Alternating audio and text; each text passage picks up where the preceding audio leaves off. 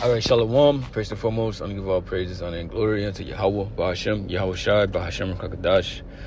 Double honor to the apostles and the elders of the great millstone. Peace and salutation to the Akim, to the elect, that are scattered across the four corners of this earth, presenting this truth and faith and sincerity.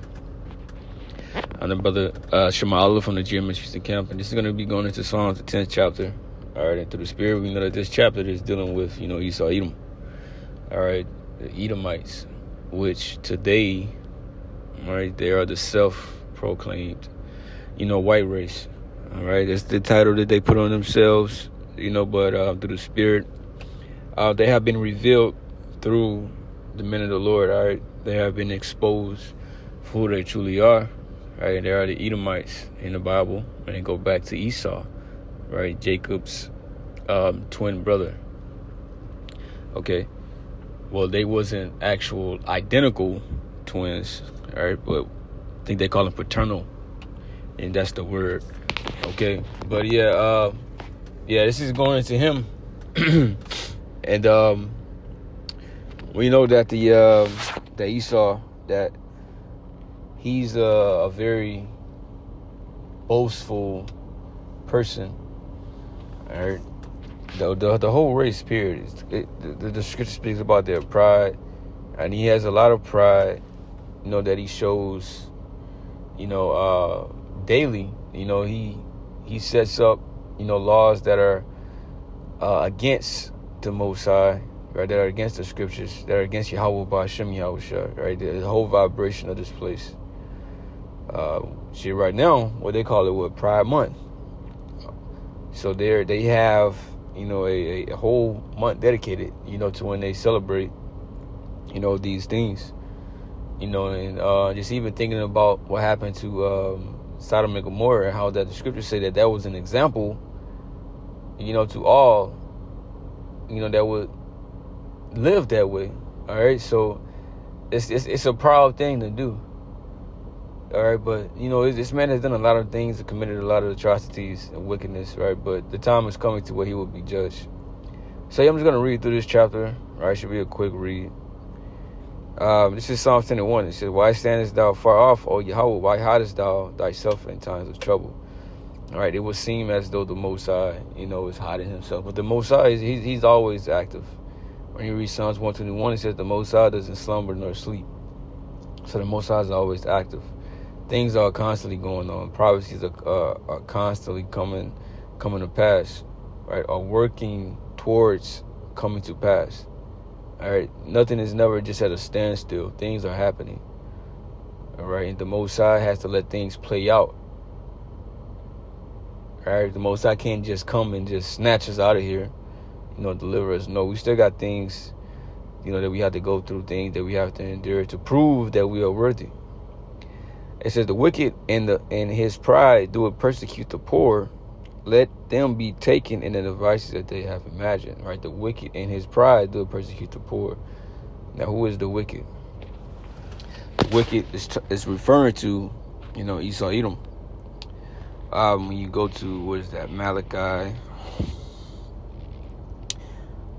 Where is it? Malachi 1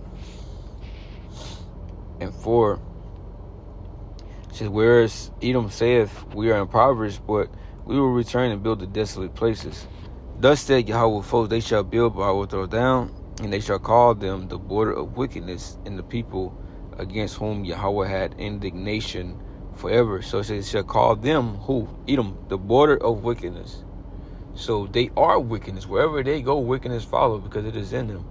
What does Habakkuk say? He says, that his soul that is in him is not upright. So wickedness is within him. It says, and the people against whom Yahweh had indignation forever. So that's that righteous anger, that hate, right, that he's going to have for him, right, and his people forever because of their wickedness. It said the wicked in his pride do persecute the poor. And who is the poor? Right, that's talking about the Israelites. Even when you go to the parable of Lazarus and the rich man, Lazarus represents the Israelites, right? The beggar. Okay, and you go into the word Lazarus, where it means what, helped of the Most High, right? And we are the ones that need that help, right? The Israelites, which are the Negroes, Latinos, Native Americans. Okay, it says, let them be taken in the devices that they have imagined. And they surely have imagined devices. They have secret councils and secret meetings, to further destroy us as a people. Okay? It's all by design. All right? Esau's hate never went away. He disguises it, and all people fall for the trap, but it never went away. It's still here, and it's still happening. And he's pushing it out through his laws, through the food, right? Science, and all of these particular things. Right? He's showing his hatred for our people and for the Most High, Yahweh. Why Yahweh Shai, right? It says, for the wicked boasted of his heart desire, and blessed the covetousness whom Yahweh abhorreth. Right? So he constantly boasts about his agenda, about his plans that he want to accomplish. We're going to do this by 2020, 30, and 2020 this, and this year we're going to, he's boasting in his wickedness. Because the plans that he wants to come to pass are against the, righteousness. He wants to set up, which is already a wicked society, but he wants to further it. Right? He hasn't reached the pinnacle of his wickedness yet. All right, Esau is truly going to show his horns in the times to come. Right? But that's when the Most High is going to basically end him. Right, through his son Yahushua. That's why it speaks about in the fullness of his sufficiency shall he be in straits. Is that Job 20? Alright. It says, and blessed is the covetous whom Yahweh abhorreth. Right, when you go to what is Habakkuk?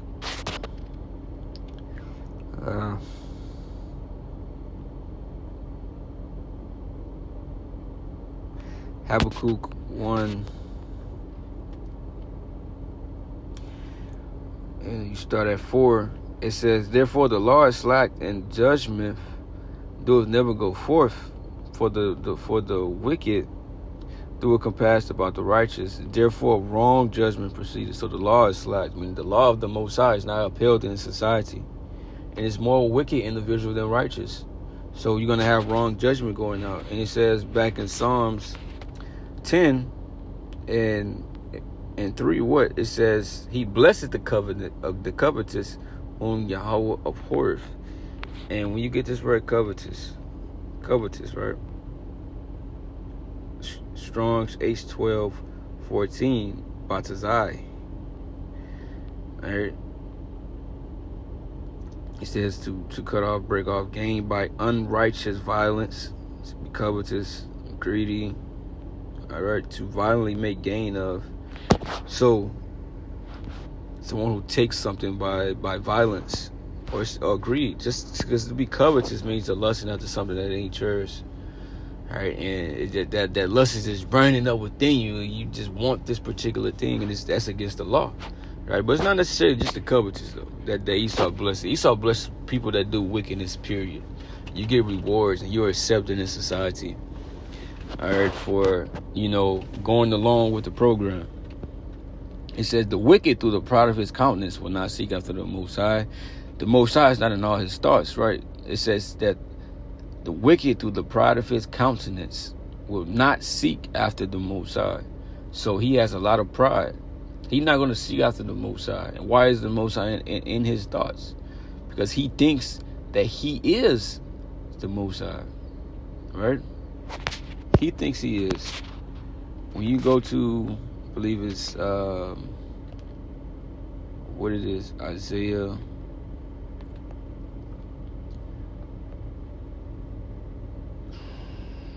I believe it's here.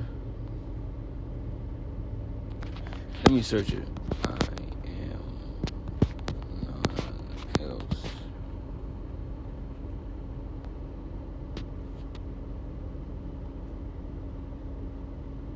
Yeah, it was Isaiah 47:8.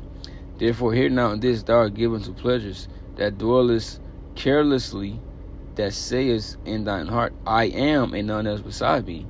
I shall not sit as a widow, neither shall I know the loss of children. He says, I am, and none else besides me. So he thinks that he is a God or the Most High, right? The Most High made him to be a God on the planet Earth, as far as having the control and the power, right? As a, as a ruler, all right? But he's not the Most High.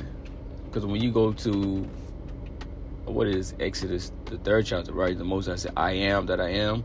When the Most High was explaining basically what his name meant, right? But he told us to call him Yahweh, right? But he said, I am. So Esau says, no, I am.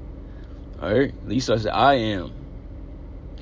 So that's why the Most High is not in his thoughts. He thinks that he is the Most High. That's why he recreates everything, right? You want to make fake trees. You want to make fake foods. You want to try to create people, GMO babies and all of these particular things, right? You want to manipulate the wind. He want to ultimately put that charagma in you to know everything and track everything, know everything what's going on, right? So he can be like the Most High. His ways are grievous, thy judgments are far above out of his sight. Right? So his ways are grievous, and it's grievous unto who? The righteous. Right? For those who strive to be righteous. Right? Our righteousness come from the Lord Yahushua. For those who strive to be righteous, this wicked society is going to vex us. Just like Lot was vexed in Sodom and Gomorrah, right? It's going to be the same thing with us. It should be the same thing. Right? Thy judgments are far above out of his sight, because this is ran after Esau's way, after his mind. Right? The things, that he want, not what the Most High wants. As for all his enemies, he puffeth at them. Right? Meaning he's arrogant towards, everyone. All right? And Esau has been that way. To where, the nations, they getting fed up with that shit, though. They getting fed up with it, and he gonna get dealt with. Scriptures speak about, everybody shooting their missiles on Babylon, right, which is America in the scriptures, and even his own allies turning against him. He has said in his heart, I shall not be moved, for I shall never be in adversity. Right, it's like when you go back to Isaiah 47.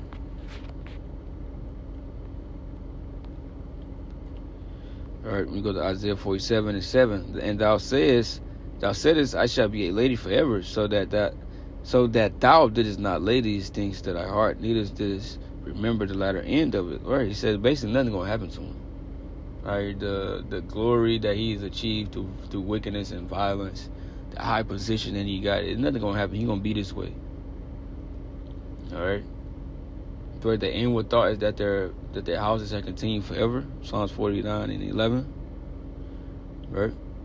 Just like you said, Isaiah 47 and 8 again. Therefore hear now this, thou that art given to pleasures, that dwellest carelessly, and sayest in thine heart, I am none else besides me. I shall not sit as a widow, neither shall I know the loss of children. Right? Nothing gonna happen to me. Basically, you're gonna be untouched, is what he's saying. All right. Let's go back. Psalms 10 and 7. His mouth is full of cursing, deceit, and fraud. Under his tongue is mischief and vanity. So nothing but cursing, right? Cursing, because it's not necessarily going into as far as curse word, right? Or them whole ass niggas. He could be saying that, but a curse is basically just wishing bad upon, right? And this man is heavily into witchcraft. All right, so he constantly got them wicked vibrations going out, right? But it said deceit and fraud. So this is Esau's MO. It's all about deceit. Goes all the way back to the serpent in the garden. It's the same spirit that's in him. Okay. So it says under his tongue is mischief and vanity. So that's why you can't trust anything that he says, right? Scripture speak about never trust thine enemy, right? Even though he crouched and humbled himself, right? Hey, he's still your enemy. No matter what he say. He said the scriptures and Psalms say that his words are smoother, right? Than oil and butter, smoother than oil, softer than butter, something like that, right? It says he sitteth in the lurking places of the villages, and the secret places do he murder the innocent. His eyes are privily set against the poor. So in his secret places, they had meetings, they had these summits, and they talk about things. They help forward their agenda, but their agenda is against the Most High's people. Just like all the other kingdoms, right? Just like particularly Egypt, right? For the Pharaoh, he was like, man, look, we need to do something about these people, right? We need to basically kind of put them in hardcore captivity, all right, so that, you know, they won't be joined into our enemies. Because he said, look, this is mighty people. We got to do something. So, you know, he always, when he tried to kill the firstborn sons, you know, this and that, right? You know, so his plans were against, you know, our people, right? And they know that, you know, you saw the different nations, right? They know that we're the Israelites and that we can't come back on top, because if we be on top, they know what's going to happen to them. So they try hard and they labor and they go to these meetings to make sure that they're on point, to make sure that they're on top, that they stay on top, right?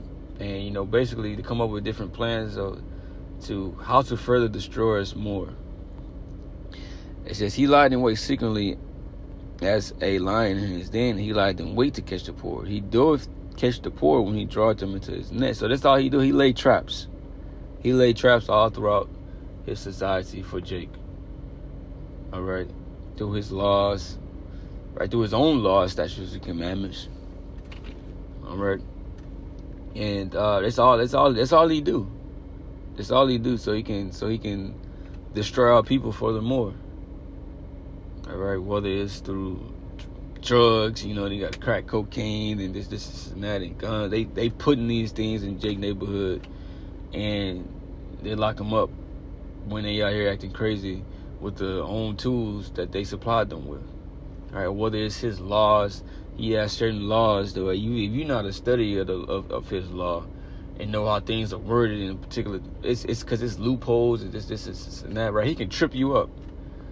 All right, but it's all set against us, though, man. It says, he crouches and humbles himself that the poor may fall by his strong one. So he come in a humble way, so he can get you. All right, it's a what it is? It's like a hunting tactic. All right, it's a strategy of his that he will come in a humble way to put your guard down, so you can put your guard down. And that's when he's stabbing you in the back. It says, arise, O Yahweh, lift up thine hand, forget not the humble. Right, and who is the humble? Right, that's ultimately the elect. Right, so this is David praying. Right, he doesn't even say. I'm pretty sure this is David, Psalms 10. Right, but it says, arise, O Yahweh, lift up thine hand. Right. Which means bring judgment. And don't forget us. All right, because we pray to the Most High and we curse this place. All right, we want judgment to come for the wicked. It says, wherefore doth the wicked contemn the Most High? He has said in his heart, thou would not require it. Right, like the Most High ain't checking for us, basically. But when you go to Psalms 50,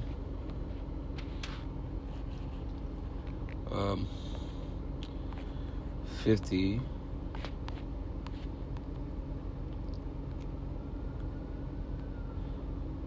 21. These things hast thou done, and I kept silence. Though thou thoughtest that I was altogether such as one as thyself, but I will reprove thee and set them in order before thine eyes. So that he thought that the Most High basically wasn't going to do anything. All right, because he'd been doing it for so long. He had us in captivity.